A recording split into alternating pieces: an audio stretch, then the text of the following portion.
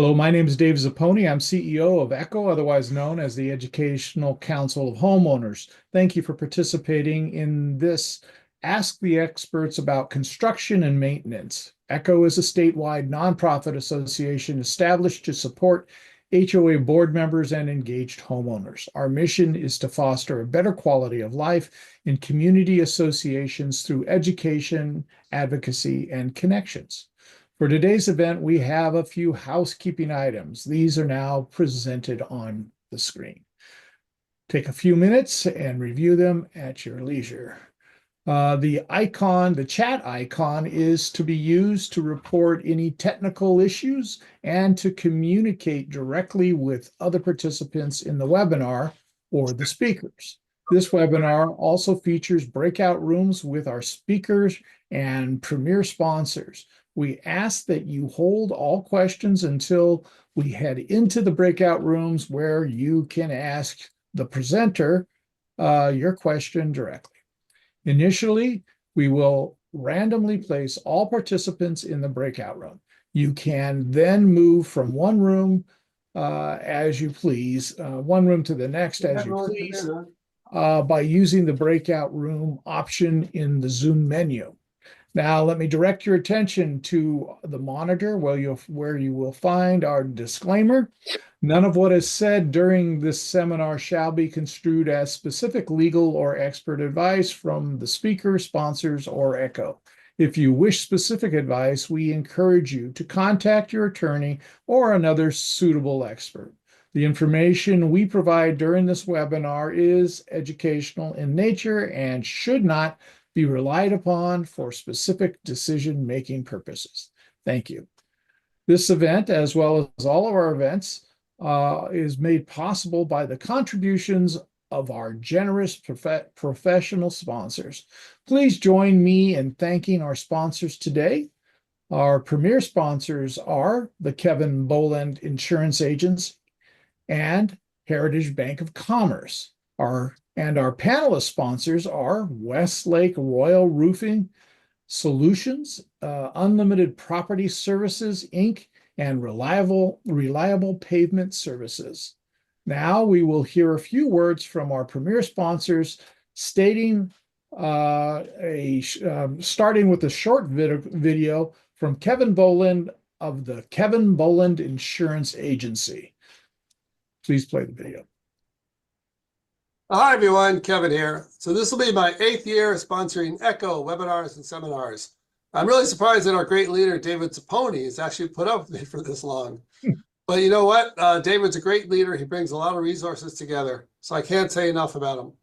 All right, so what's going to happen this year with your insurance rates? How many people think that the homeowner insurance rates in the next year are going to go down?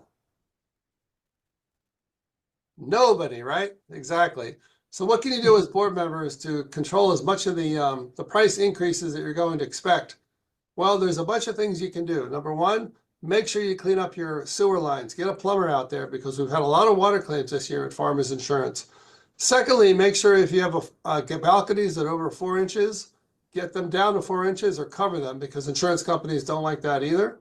And then thirdly, if you have tree branches that are hanging over your property, you got to trim those. You got to get rid of them because when they fall, they cause a lot of damage too. And then fourthly and lastly, get rid of any old Zinsco, Stablock, Federated, or GTE Sylvania electrical panels. The insurance companies will really put them on the target list and they'll non-renew you if they find out you have them. So thank you everybody for being here again today. If anybody has any situations where we're non-renewed or you're spending a lot of money on your insurance, give me a call.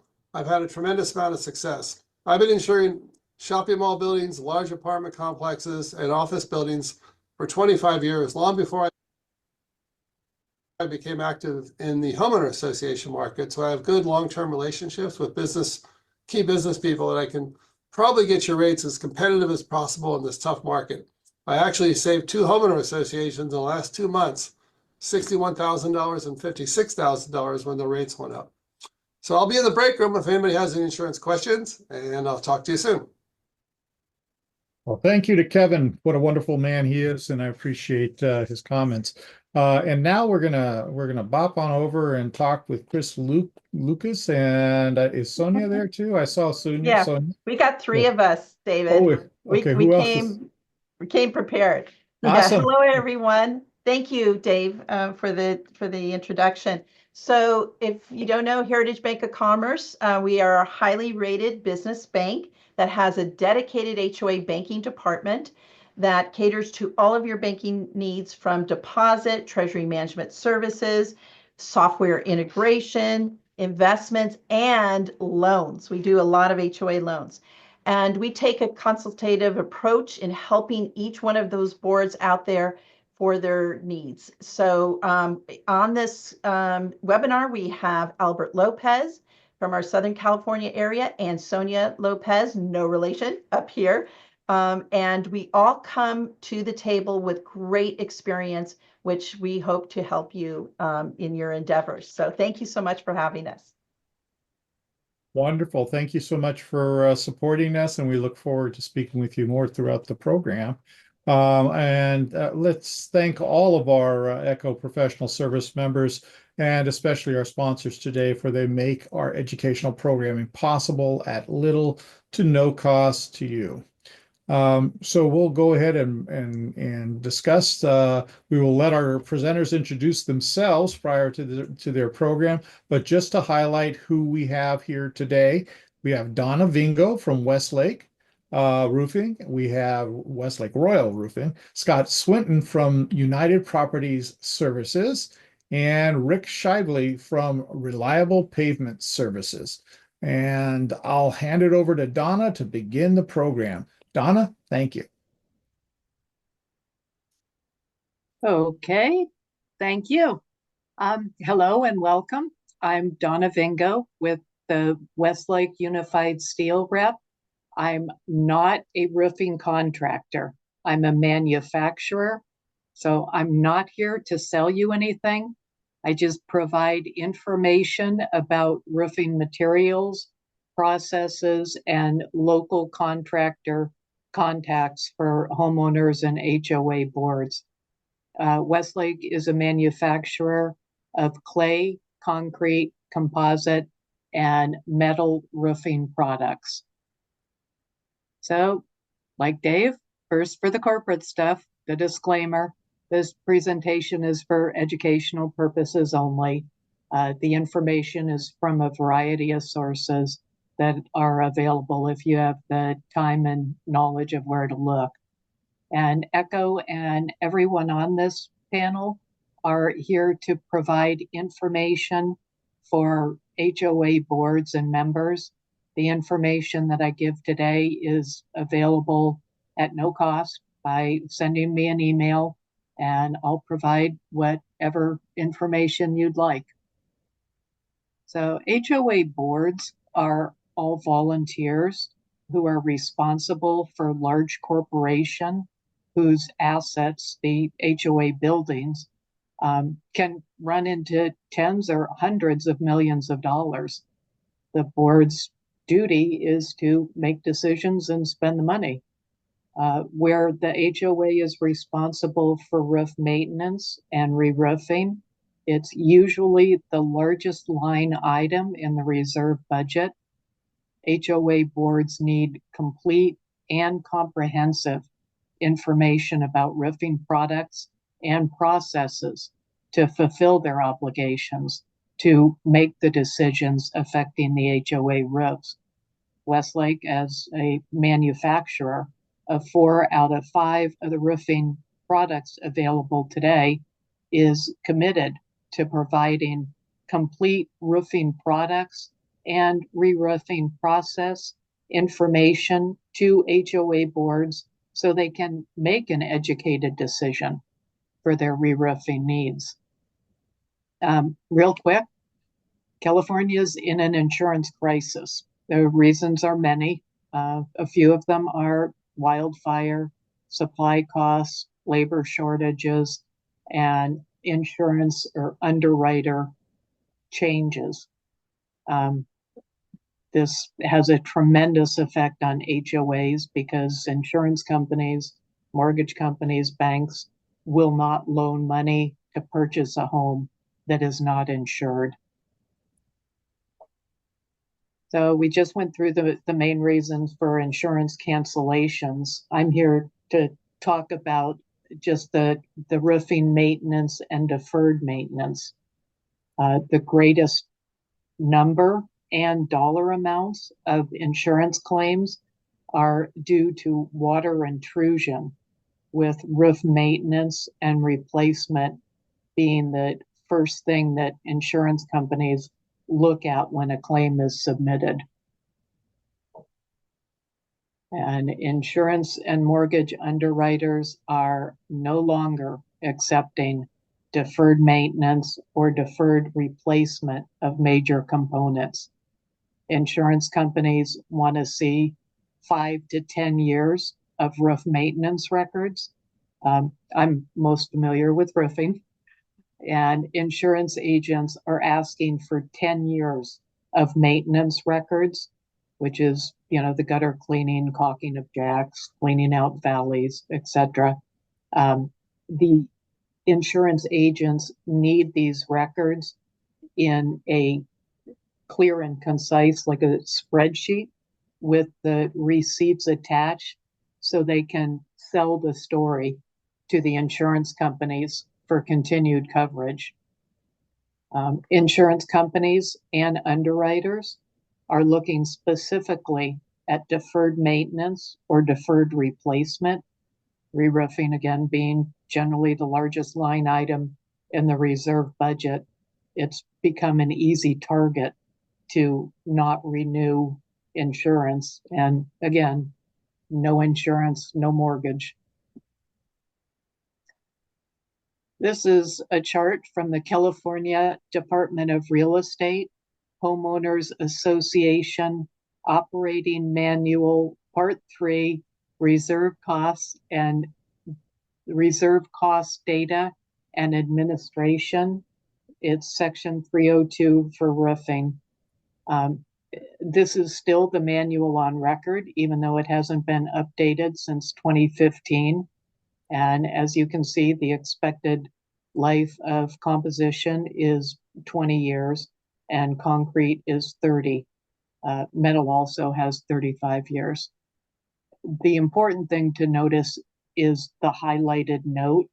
It says projects over 10 years old are required to have a roof certification completed by a licensed roofing contractor. The certification should indicate the estimated remaining life of the roof and the cost to replace.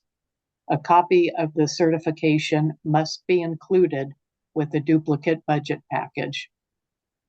The manual says that a roof certification that indicates the estimated remaining life and the cost to replace. This is not asking what the warranty on the material is, as the underwriters don't go by that, by the warranty. The California Department of Real Estate does not look at the warranted life. An example of this is composition. Tri-laminate, the top of the line, says that the residential warranty is 40 to 50 years, a lifetime warranty. The problem for HOAs is that they are a corporation, so they don't get the 40-year or lifetime warranty. They get a commercial warranty that's 20 to 30 years, depending on the product, the other items used, and the contractor. So, and no roofing contractor is going to certify that a roof is going to last even as long as the expected life shown on the chart, as they may have liability if it doesn't last that long. So, and again, we go back to, that's one of the main reasons that insurance gets canceled, is the roof's over 10 years old and they need a new one. I know this is true because my insurance company went to cancel our roof, saying that our roof is over 10 years old. And luckily, we had the home purchase paperwork showing that the roof was replaced right before we purchased the home. And it's just less than 10 years. So we're going to have to be putting on a new roof too. Also, the cost on this chart is very out of date. It's 2015 costs, and even those were low for the Bay Area. Underwriters are not asking for the cost that the home was insured for. They're now requiring the full replacement cost of the home at today's price, at today's building cost and cost of material. Excuse me, and cost of materials. I know of a home in Danville that for years has been insured for $350,000 for over 30 years. And their insurance just went to $3 million because the insurance company said that's the cost to replace. So I keep mentioning mortgage and insurance underwriters, and this is why. Fannie Mae published the Condominium Project Questionnaire Addendum in 2019. So what is Fannie Mae? This is from their website. It's officially known as the Federal National Mortgage Association. It's a government-sponsored enterprise that plays a major role in the mortgage industry. It does not originate mortgages directly, but instead purchases them from lenders, guaranteeing a market for the loans. Fannie Mae keeps funds flowing to lenders by purchasing or guaranteeing mortgages issued by various financial institutions. This means that the lenders must make sure that their loans have answered all of Fannie Mae questions to Fannie Mae's satisfaction for Fannie Mae to purchase the loan from the lender. So, quick definition for HOAs. A planned development are single-family homes on individual lots, and condominiums are the airspace is usually on a single lot. It means they usually have common wall or walls. So page 6 through 8 of the addendum are focused on having a professional inspection, focused on safety, structural integrity, and habitability. Timely maintenance and repair or replacement are now required by mortgage and insurance lenders and the underwriters. So why is this information so important to HOAs? Underwriters are no longer accepting loans that have incomplete maintenance records or deferred maintenance or replacement items.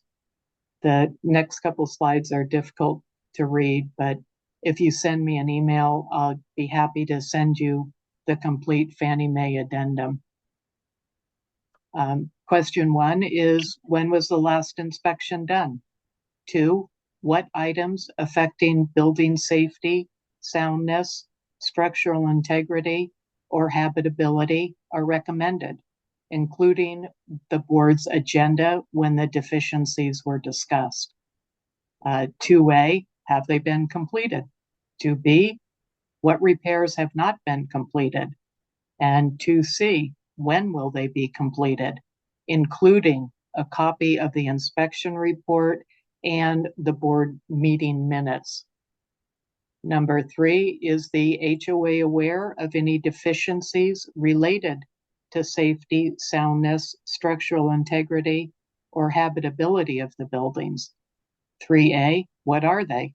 3B, deficiencies. What repairs, replacements remain to be completed? So you can see Fannie Mae is no longer accepting deferred maintenance. FHA also will not accept properties with significant deferred maintenance. So on page 7, 4 through 5 is looking at violations of local codes or ordinances. 6, makes it clear that Fannie Mae is no longer accepting deferred maintenance. It asks, does the project to repair or replace the deferred maintenance have a funding plan? 7, does the project have a schedule for a deferred maintenance item to be repaired or replaced? If yes, provide the schedule. Has a reserve study been done in the past 3 years? What is the reserve account balance? And 10, are there any current special assessments? And if so, what is the amount, terms of the assessment, and purpose of the assessment? Number 11, are there any planned special assessments? 12, are there any loans for improvements or deferred maintenance? So the Fannie Mae addendum is a major change to underwriting requirements. It requires, one, a professional inspection, and it makes it very clear that HOAs can no longer defer maintenance, and even scheduled reserve budget maintenance and replacement items must be addressed before mortgages and or insurance will be issued. And main points in this is the largest line item in most HOAs that are responsible for the roofs is roof replacement. Even single family homes, if they can't get insurance, they're responsible for their own insurance. If they can't get it, they most probably will not be able, the purchaser will not be able to get a loan for buying the property. Then in California, the California Department of Real Estate puts out the operating manual with their average roof life that doesn't go by the warranty life, but requires a licensed roofing contractor inspection if the roof is over 10 years old. And I would be happy to send any of you the article, the ECHO article that I wrote, Avoid Insurance Denial by Maintaining Your HOA. So, proactive steps for HOA consideration. Big bold, do not defer maintenance and replacement.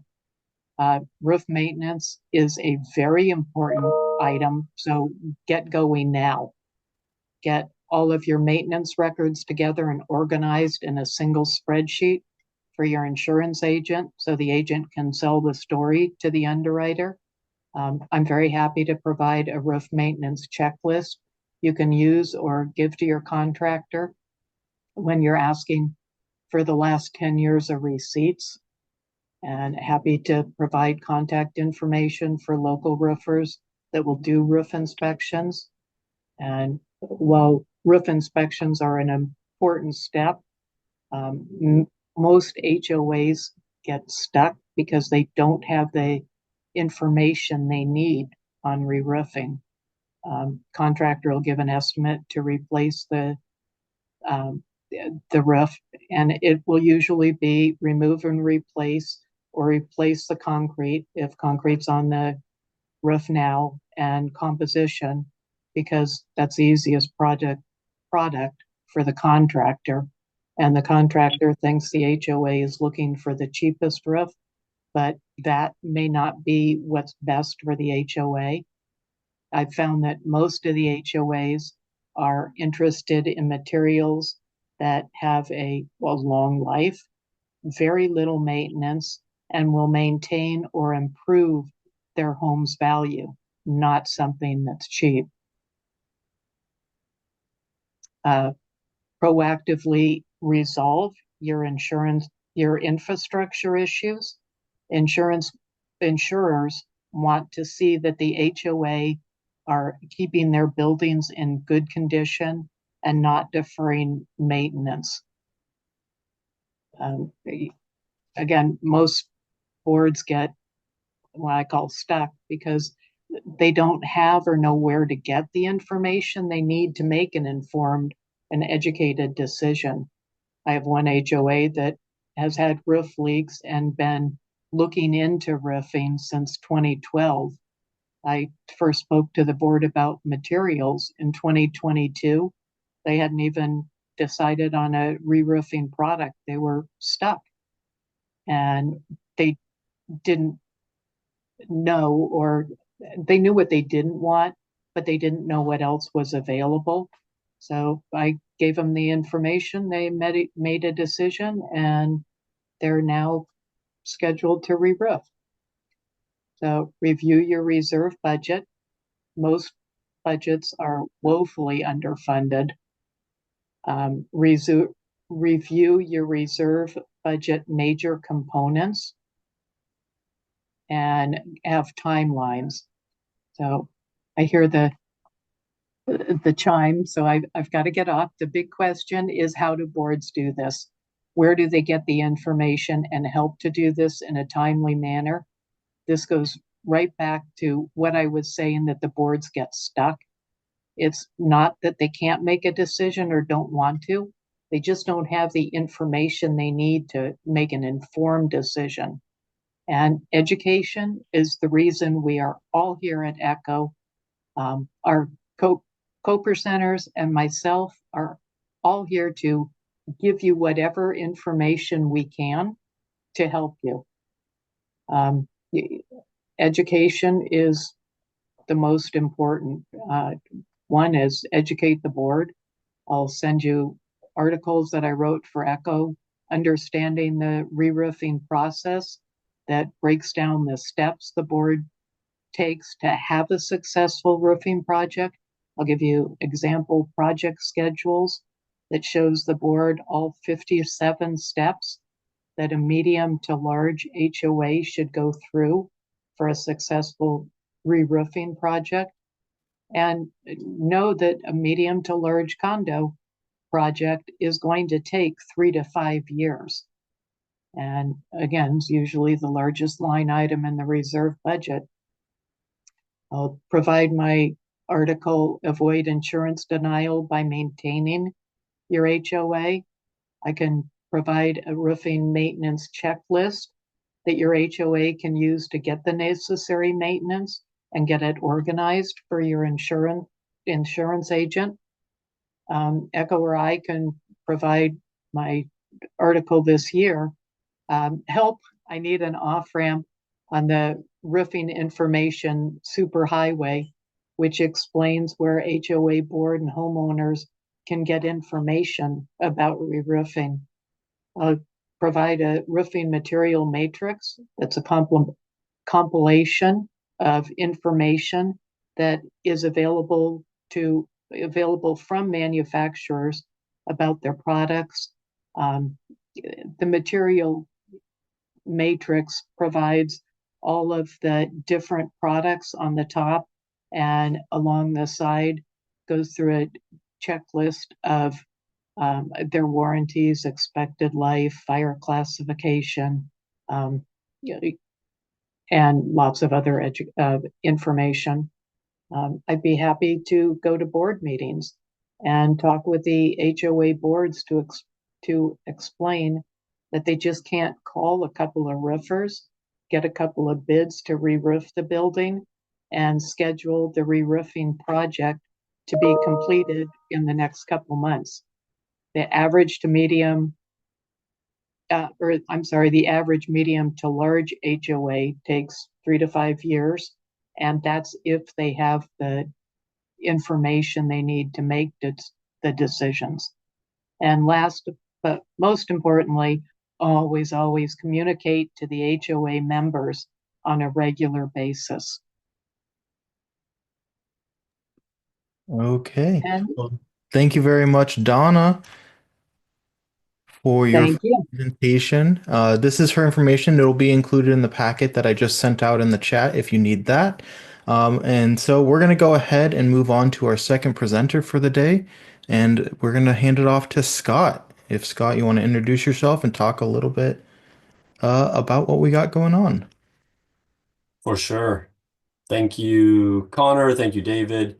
I have a whole bunch of people here I want to thank. Basically, everybody whose face you can see up there. I know Donna and I know Chris, and I know Rick. We all bang around together in some of the same places. So thanks for joining me today. Full disclosure, that Donna was talking about allergies earlier. I'm like fighting a headache here. So if it looks like my eyes cross or something, I don't know if you can even see that much on this screen. It's because I'm fighting whatever this is that I'm fighting. But I am Scott Swinton with Unlimited Property Services.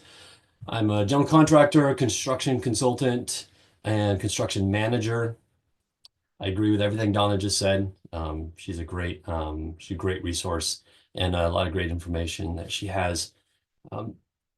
Unlimited Property Services, I don't know. I like to describe us as we're problem solvers.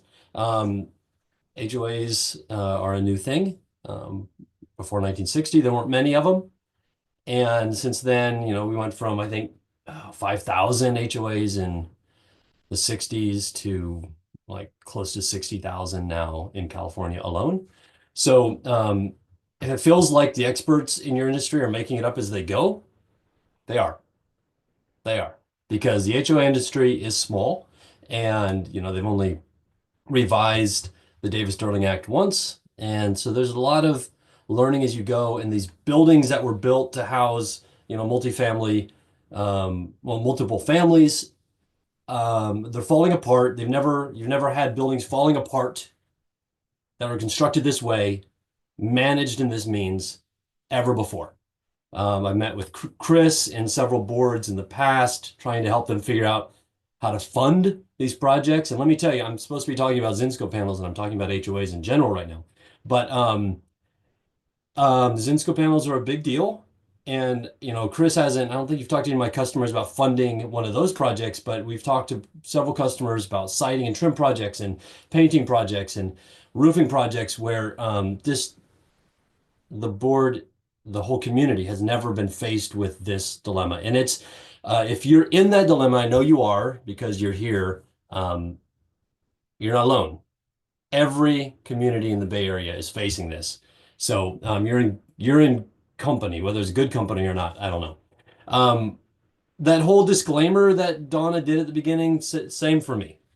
I don't know how to do a disclaimer, but same applies to me. I think I have a lot of great information here. If I say something wrong, don't sue me. And then let's see, what else did I want to say here? Kevin and I did not collaborate ahead of time. He very clearly called out the Zinsco panels, and that's what I'm talking about today.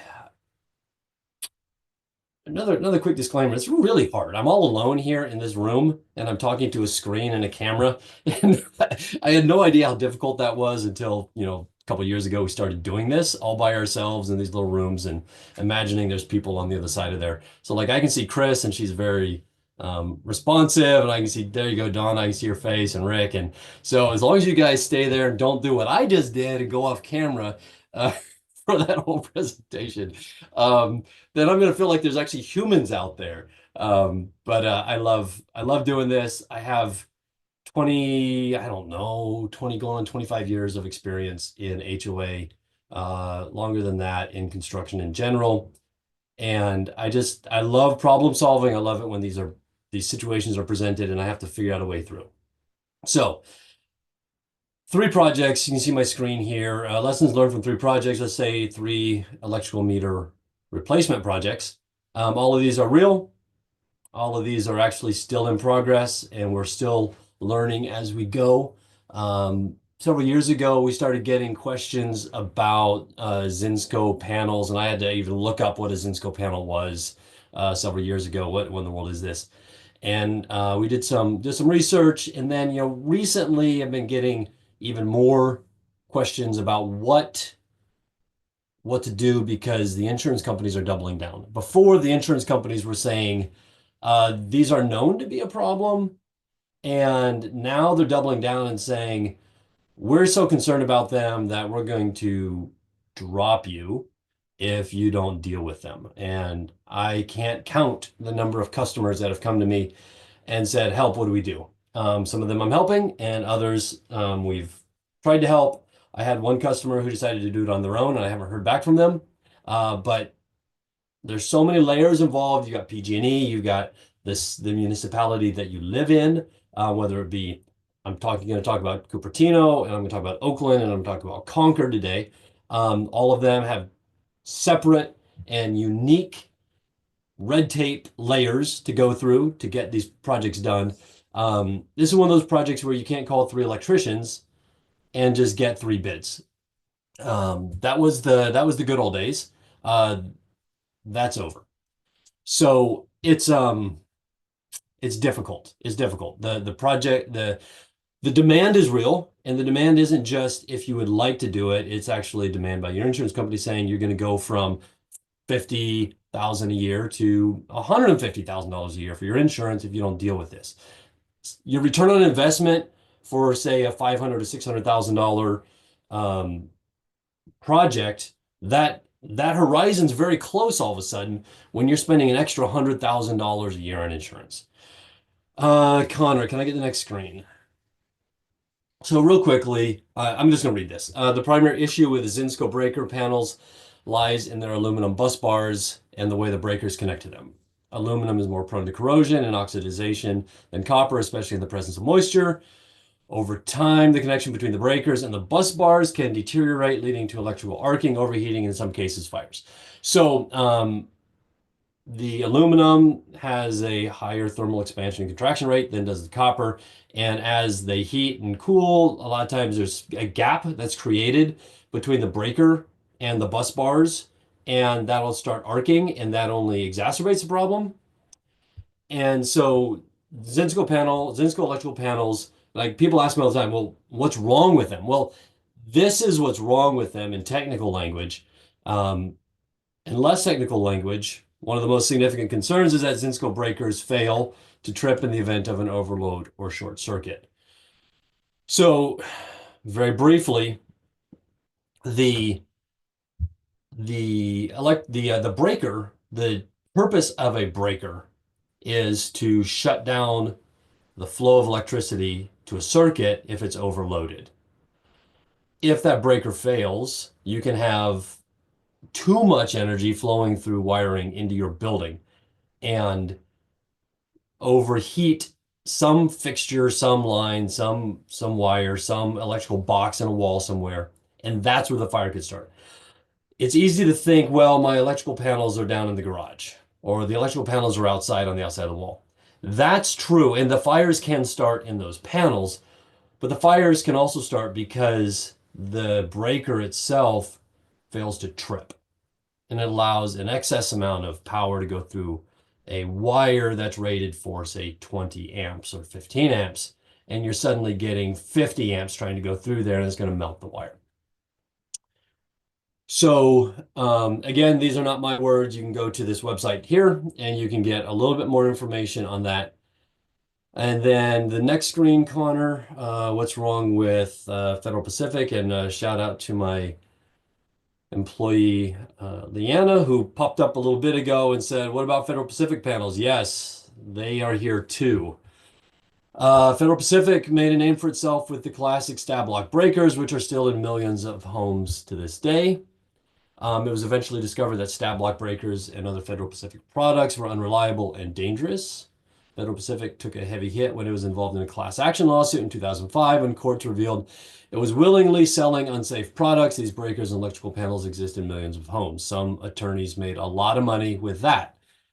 The problem is that they're still in a lot of buildings. And when they lost the lawsuit, they didn't go back and remove them from all the buildings they'd gotten installed in.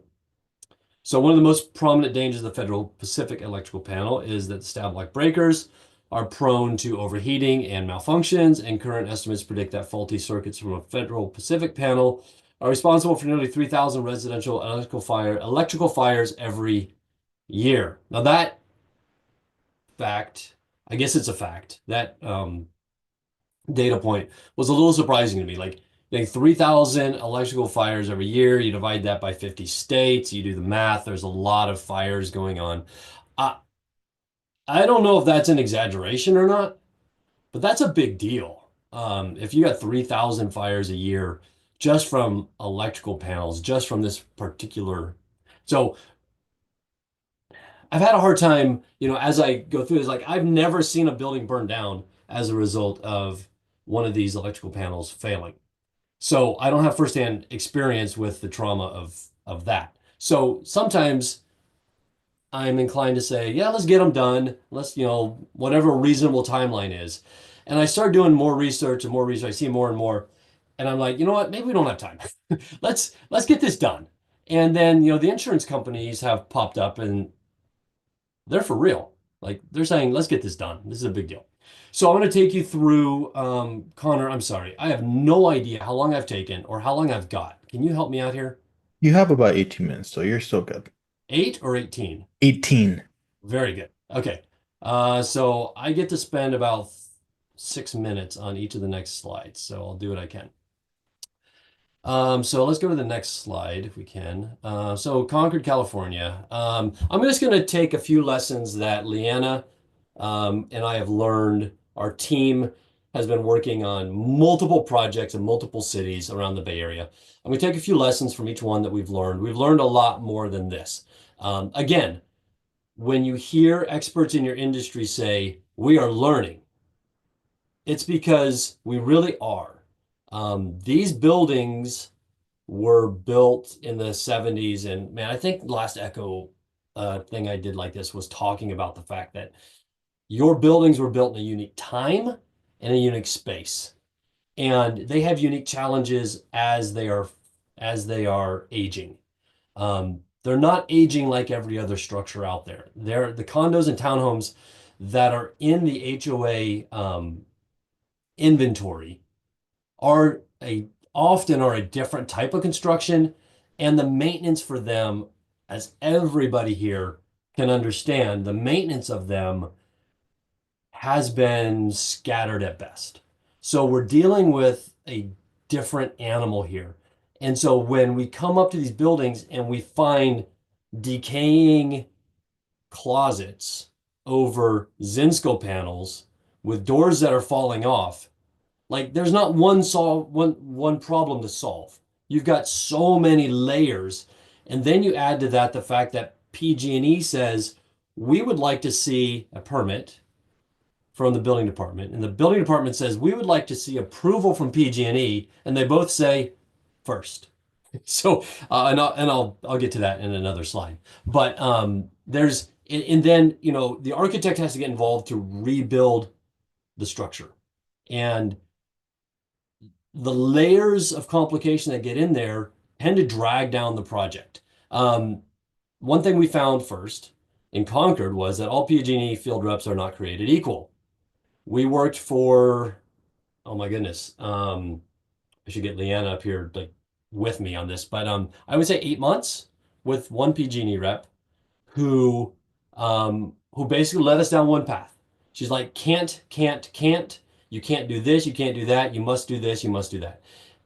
But then we couldn't get a hold of her. We couldn't, it was very difficult trying to get information. About a month ago, we got a hold of a gentleman who said, yeah, let me meet you out on site. He walked every meter enclosure in Concord with us and immediately said, this one you have to do this one you have to do this one you have to do this. So we went from one rep who was unwilling to help to another rep who knew everything we needed to know and gave us all the data.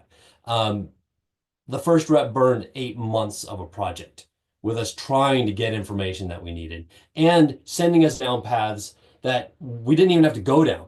We had to ask so many questions of so many different design professionals that when we finally got the right rep on site, he's like, no, forget all that. This is what you need. Let me give you everything you need. So that's not exactly helpful to you as the owners, other than as a data point. When the project stalls, there are a lot of reasons that these projects take a long time. Code changes in previous remodels might make it impossible to retain the location of your panels. And then relocating meter panels. Okay, Connor, can you go to the next slide? I think I have some photos. Bingo. All right. So we have two pictures here. The one on the left, you can see the gas meters are immediately adjacent to the electrical panels. So when these were built, that was okay. They're too close now. Code changed. So now they're too close. And behind those closed doors are the electrical meter. You all know what a meter looks like with the big round face on it. And they're too close to the ground. They were built too close to the ground. You can see if we raise that thing up, we get an architect involved and we can redesign that cabinet. We can raise it up a little bit. But it's still too close to the gas meter. And it's not, here's the catch. It's not just that it's too close to the gas meter. It's that the conduit that has the feeders in it from the transformer are too close to the gas line. If we move it further away, the conduit has to move further away, and they cut the feeders, 50 years ago because that's the length they needed them in that spot. We can't make them longer. Problem is the conduit is the wrong size. The feeders are the wrong size to meet current code. So even if we want to move this 12 inches to the left to get the minimum required distance from the gas meters to the conduit, we can't because the feeders are too short. We've got to run new feeders. So we'd love to pull new feeders through the existing conduit, except we can't because the conduit's too small now. And so now we're going back to the in-ground, I just said the word a minute ago, transformer. And the transformer may be too small. So PG&E's got to bring in a new transformer. And then somebody in the community comes to us and says, hey, can we install EV charging while we're at it? We're like, no, don't. You don't want to do that. Because you're like, this is what you end up with if you install EV charging. Because now instead of a 400 amp panel, we're going to have to go to a 600, 800 amp panel. Like, we want high speed charging. Like, let's do it, but you're going to quadruple the cost of your project. Like, so even just to put in identical meter panels that are not Zinsco panels,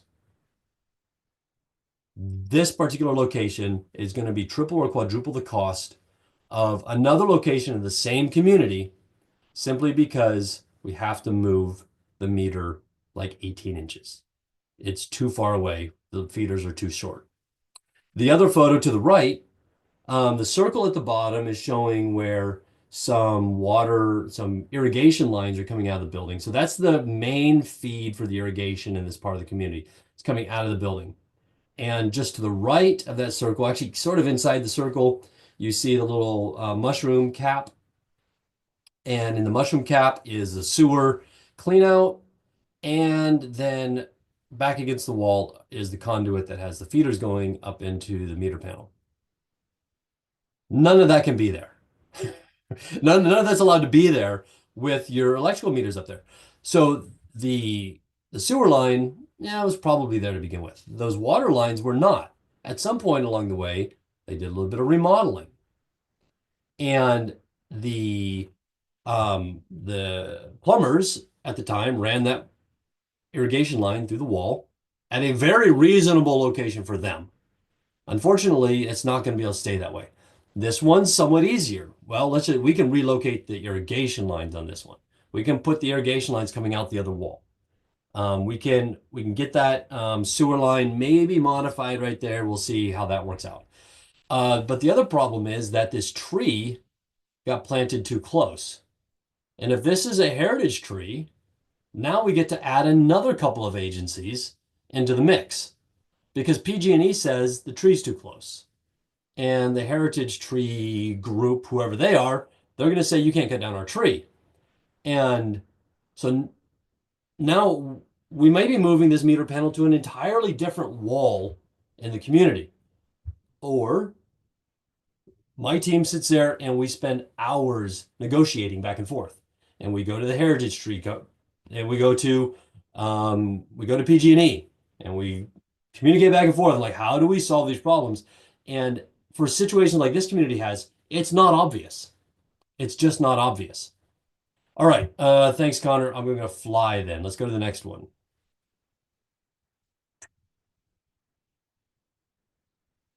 So meter panels in Cupertino. Our lessons here were that original building plans are worth their weight in gold. Unfortunately, this community did not have original plans, so we have to come in and we have to measure all the buildings. We have to measure these meter rooms. Fortunately for them, the cost came in pretty reasonable. That's not going to be the case in a lot of communities. So if you have a roll of plans sitting in your closet, one of you board members, like, what are these? Maybe they're with the building.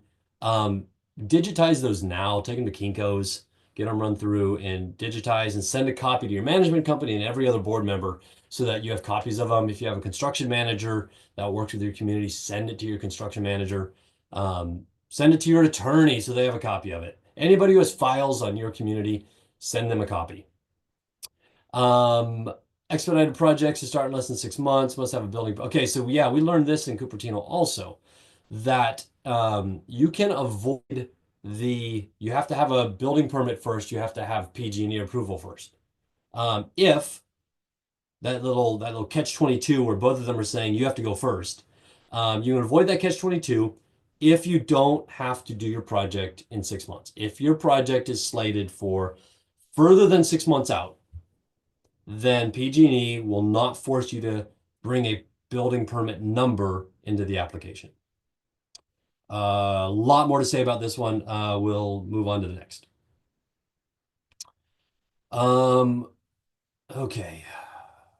What do I have here? Contractors are shying away from HOAs, not reasonable for timelines. Oh, okay, 2-year timelines and then considerable architecture. Okay, can we go to the next slide and we'll just look at the pictures. So we have been finding that contractors are not just contractors, but also architects are shying away from HOAs. We had, yeah, I don't know what I can really reveal specifically on this project, but it has been difficult to keep contractors interested in projects when they find out that it's an HOA. So that's an industry problem. And as a group of board members here, the takeaway is start early. Start early. And I think the other point I had on this slide was that the timelines for these projects are often 2 years. PG&E is going to take 6 months, minimum 6 months, to approve your project. I see the note down there. You have 30 days. You're not going to get it done in 30 days. But the material, the actual panel, sometimes can take, for an array like you see here, they're telling us 6 to 8 months to get the panels on site. So right there, it's a year. Then all the architectural work that has to be done on top of it. So this particular garage, you can see the car parked right in front of those electrical meters. That's not okay. That's probably not surprising to you that you can't park a car in front of the electrical meters, but that's a parking spot. And what's even more exciting is that parking spot is deeded to one of the owners. So they have a legal right to that spot. So this is legal involved. This is architects involved. This is electrical engineer, Oakland Building Department, PG&E. Everybody's got to collaborate on exactly how we're going to protect those meter panels from incoming cars. And for this one, the solution is that whole array, the entire array there, probably is going to go upstairs and end up in their clubhouse. And the other array, the top picture, I'm standing in the parking spot. So those cars, you can see the bollard there that protects the panels and the feeder entry point down at the ground down there. Cars park right in front of that, and they can't do that either. So these parking spots have to get smaller. How wide is the drive aisle in the garage? Can we actually push those cars forward without them being within the legal limit of the width of a drive aisle in this garage? This one is complicated. This particular project in Concord is gonna cost them some money, and it already is. And most of that money is, not most of it, but a lot of that money is going to be spent on attorneys and on designers and trying to figure out how how to take what was built to code 40 years ago, 50 years ago, and redo it now. Replacing 1 meter, you can just swap. Replacing 50 of them, you can't just swap. You have to go through all the proper channels. And, speaking insurance, like, you don't have a choice. You have to do it. We could spend this whole time talking about the impact of this on your reserves. I could have, the topic of this conversation be how to reserve for projects. And we could use this as a jumping off point for reserves. This leads into so many different avenues for you, my customers, that it has become a very important issue in the industry. And Connor, you're just gonna have to shut me up and turn me off because I could talk for hours. Check and plan, yeah. See if you have these panels. It's going to be Zinsco. It's going to be Federal Pacific. The Challenger panels, the Pushmatic panels are also problematic. And then hire an electrical engineer. Oftentimes you can get started that way. You're welcome to call us. We can help you get off on the right foot. But at a minimum, hire an electrical engineer to come out and look at your panels and provide you some information. If you need a good electrical engineer, give us a call. I'll point you in the right direction. Well, welcome back, everyone, to the general session. I heard a lot of great conversations were happening in the room, so thank you for that. We're now going to head into our next presentation, followed by another set of breakout rooms. So if you do have more questions, we will have one more set, and you can go and get those questions answered. So we're going to go ahead and hand it off to Rick to start our next presentation. Connor, thank you very much. It's great to be in here and be a part of the education process for homeowners and the board members. Yes, my name is Rick Shively. I'm the owner and president of Reliable Pavement Service. This is our 13th year, and we are set up as an asphalt and concrete construction management company, specifically just for asphalt and concrete. And so we handle all the projects that have to do with asphalt and concrete. And my presentation here, Connor, if we could go to the next slide, is more about some ideas to help you understand how to have a smoother running paving project. And, pun intended there too, but really it's about the project, not the smoothness of the asphalt per se, although it does create that. So how do you plan for a smooth paving project? Well, I think the first thing to do is to go through some little bits of education of what kind of damage are you even looking for. So Connor, if we could go to the next slide. So sinking and displacing, or shoved and displaced asphalt. These are two items that are highly concerning to me if I come to a property. The picture on the left, you can't see it real well because it's not really close enough, but the catch basin where the storm basin where the water's supposed to go is about 2 to 2.5 inches higher than the asphalt around it.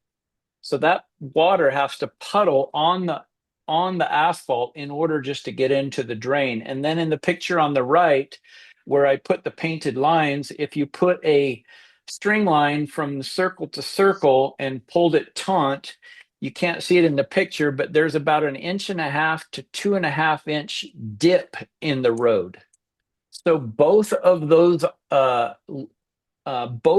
conditions are a major concern because it's coming from the subbase. It's not coming from the asphalt. The asphalt's only 2 to 4 inches thick. So if it's sinking 2 to 4 inches, it's coming from below. So that's one thing to really look out for. You're already at the point where your project's more expensive than it could be because you're going to have to redo some base. Next slide, please.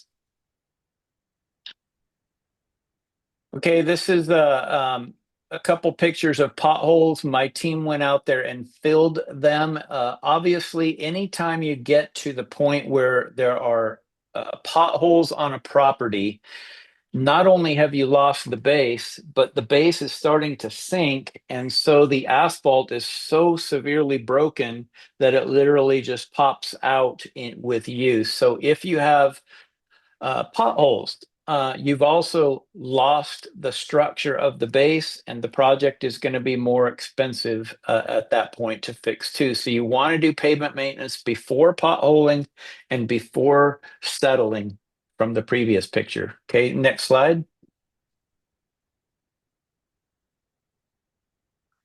Alligator cracking. Okay, in my breakout room, I was just describing this to the first breakout room I had. This is what alligator cracking looks like. This is fully structurally failing asphalt. Now, this isn't a single location where the base is failing. This is simply aged asphalt. Even though it looks pretty nice, it's got some seal coat over the top of it, so it looks black. But this is clear evidence, this pattern of cracking, and those little pieces are all about 1 foot to 6 inches square. This is clear evidence of structural failure. It can be caused simply by age and use. It can be structural base failure, but not often. It can also be sub-base failure, two different things, base and sub-base. And replacement in this condition is required, or the surface that you choose will have poor useful life. So you can see this was seal coated just 1 year prior by somebody else. And you can see how some of the big wide cracks in the bottom left of the picture are still filled, but you can also see the areas in the middle upper picture where the seal coat's literally already popping out of the cracks. So in less than 1 year, the useful life of the seal coat is no longer, is no longer effective, and you will have paid for a coating that's not helping the damage in any way at this point. Connor, if we could go to the next slide. So here's another condition. This is actually in a McDonald's parking lot, and we call this large to medium block cracking. This actually is mostly medium block and even some small block, but the large block cracking, it would be areas of about 8 to 10 feet square. That's a large block as far as this kind of cracking is concerned. My suggestion is you do not need to replace that asphalt. It's still got useful life, maybe up to 10 years. This picture is medium block cracking, and I told the owner of this property that they will still have at least 5, maybe up to 10 years life left with that much cracking. Those are pretty big cracks, by the way, but there's nothing unstable happening. This is just aged asphalt. It's not sinking. It's got no slope problems. It's not allowing any puddles. Those cracks could be better maintained, but they do not need to be replaced. So my concern sometimes is that the contractors are quick to sell a project that you don't really need. It's good to know from an independent person how much useful life you actually have. Yes, you may have to adjust your expectations of how good your asphalt looks, but you don't always need to replace it just because it's starting to crack. So that's why I'm going through some of this damage, and that's most of the damage that I'm going to go through here. Connor, if we could go to the next page. That's just a close-up of what I was just talking about. Let's go to the next page. So there's so many kinds of cracks: fatigue crack, longitudinal cracks, horizontal, mirror, joint paving cracks, grade break cracks, and there's even more. Some are just from normal wear and tear. Others are age-related fatigue cracks. Some are weak points in the original installation. And as I just said, some are just a part of the aging process. Some cracks in your asphalt are simply the paving pass joint. What that means is the paving machine is about 8 to 10 feet wide, and they pull one pass and then they back up and they pull another pass, and the joint between the two passes is one of the first things that cracks. Other types of cracks are grade break cracks. That's when the subbase is breaking, but in large sections, not creating a pothole or anything, but a large section. What you do not need is a salesman. What you do need is a paving expert. So be careful when companies are coming out to give you advice as to what to do with cracks, because as I said today, the HOA I was on, I said this in the breakout room. I went to an HOA today in San Ramon, and they were told for $175,000 that the company could remove and replace their road. I told them, but you don't need to do that. You just need to maintain the cracks, and you still have 10 years of life left in that road. So I'm trying to give you some education pieces in order to be able to recognize when is a road really ready for repair and when is it not. Connor, if we could go to the next page. Here's something very unfortunate. So look at the picture and the arrows, and the bottom statement says that it's pointing to pavement reinforcement fabric. So there's a fabric that you put down over roads. It's a paving reinforcement fabric. You put that down in order to pave up over the top of it 1.5+ inches. But as you can see in this picture, whatever contractor did this job literally I put 1/2 inch of compacted asphalt. It's literally less than 1/2 inch. It's about 3/8 of an inch thick. The minimum requirement from the fabric company is 1.5 inches of compacted asphalt gets installed over the top. So when it comes to getting a good paving project, which is what we're talking about, the education I'm trying to give you is the details matter, and knowing what should happen matters as well. So this paving contractor installed less than 1/2 inch, and they're supposed to install at least 1.5 inches. So the life expectancy of this road, like the owner of the property paid for a newly paved road, but it lasted less than 7 years before it was in this condition. And a newly paved road with reinforcement fabric over the right conditions of existing asphalt is supposed to last 20 years. So all I can say about this page is make sure the details and make sure someone within the organization or somebody that you hire knows how to educate you on specifically what you need. Connor, if we could go to the next slide. So my number one suggestion is start with a professional, and I would actually amend that statement and say start with an independent professional. You don't want to ask the company salesman what to do. And the current bid process is ask 3 companies to give 3 bids. The problem with that is you're getting 3 scopes of work and not 1 scope of work from 3 companies. You're getting 3 scopes of work from 3 companies if you don't have an independent professional. There's so many details I could go through, but we just don't have time today. This will be available to read through later. But for instance, one company will say they're going to install 4 inches. Another company will say in their verbiage, we're going to install up to 4 inches. One company will say we're going to install 4 inches of compacted asphalt. The other company will say we're going to install 4 inches of asphalt. The problem is compacted asphalt and installed asphalt are not the same. If you install 4 inches of asphalt, it will compact to 3 1/4 inches. So in order to get 4 inches of compacted asphalt paving, which is what they say they're doing for you, you actually have to install 5 1/4 inches because it will compact all the way down to 4. That is the way a company can look like they're doing what they're supposed to do and not be doing it at the same time. That's why I'm trying to encourage you to get independent accountability for your paving project. Let's go to the next slide, please. Another way of saying that is you got to know your options. When do you use fully replaced? When do you use fully or partially replaced asphalt? When do you go full depth and why? One of the newest things these days, because of the grinding milling machines, is your asphalt might be 4 inches thick and they go down 2 inches and then they go back up 2 inches. The problem is, yes, it's less expensive, but that means they're putting 2 new inches of asphalt over the top of 2 bad inches of asphalt. They left the 2 inches on the bottom, which means the asphalt that you paid for is now going to fail faster because of it.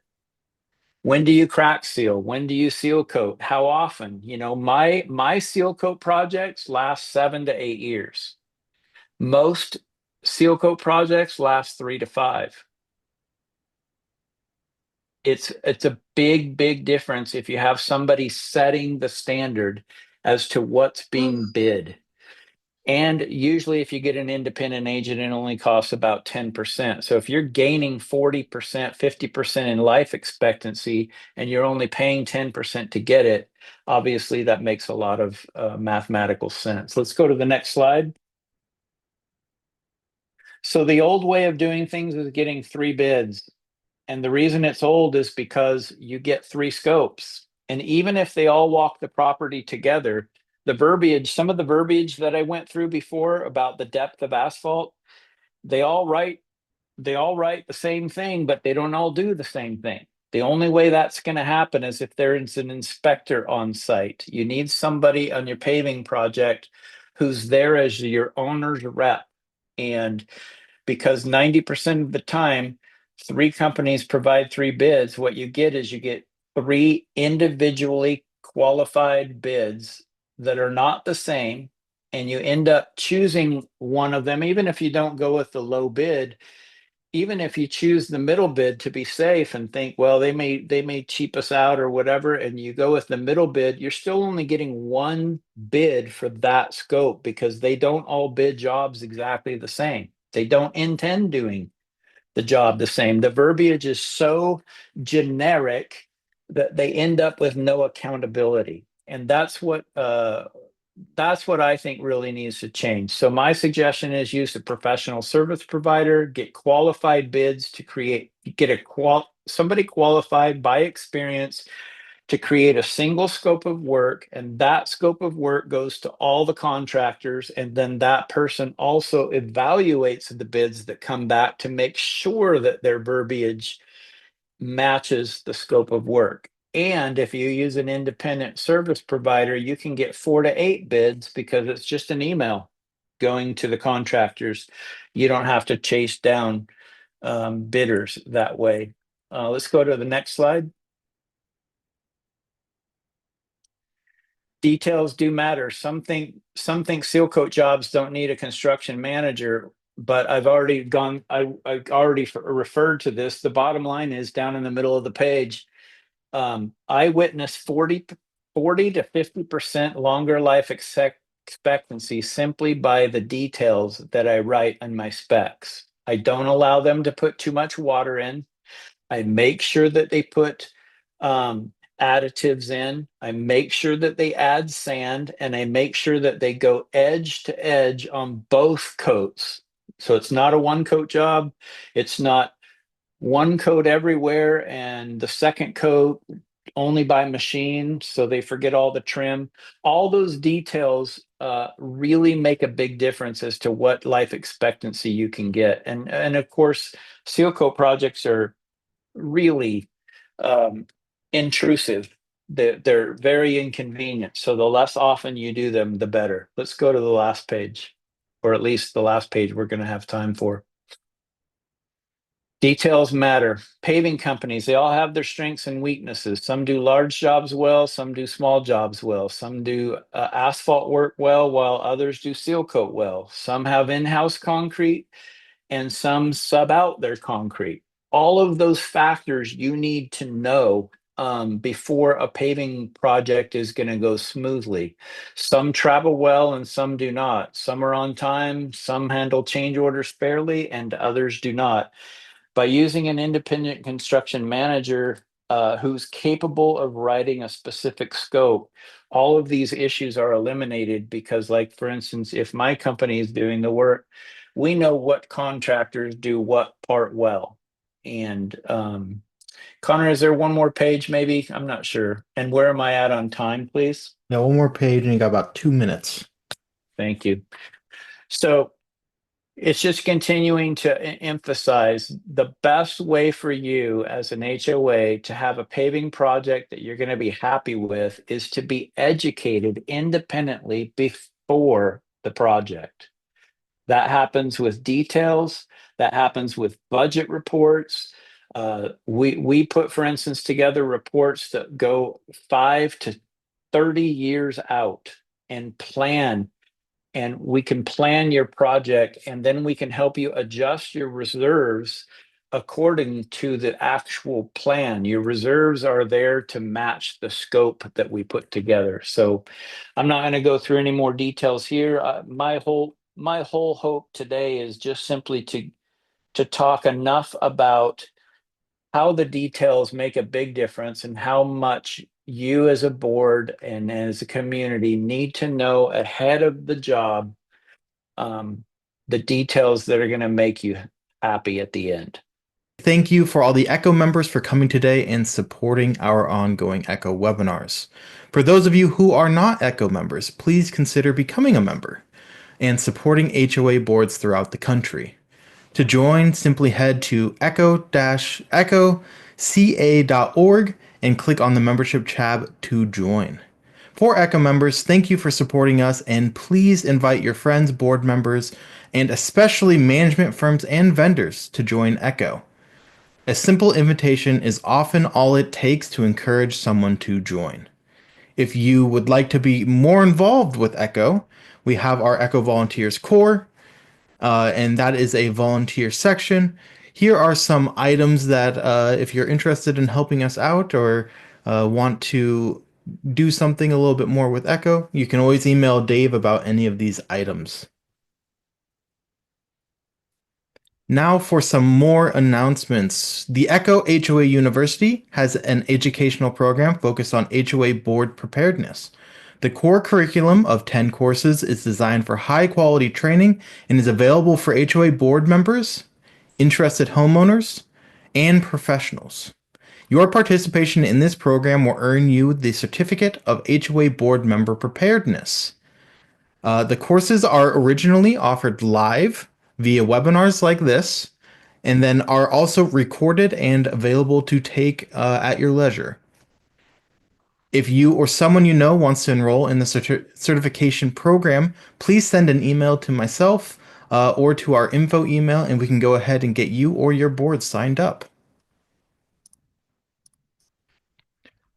We are heading into our second set of resource panels for 2025.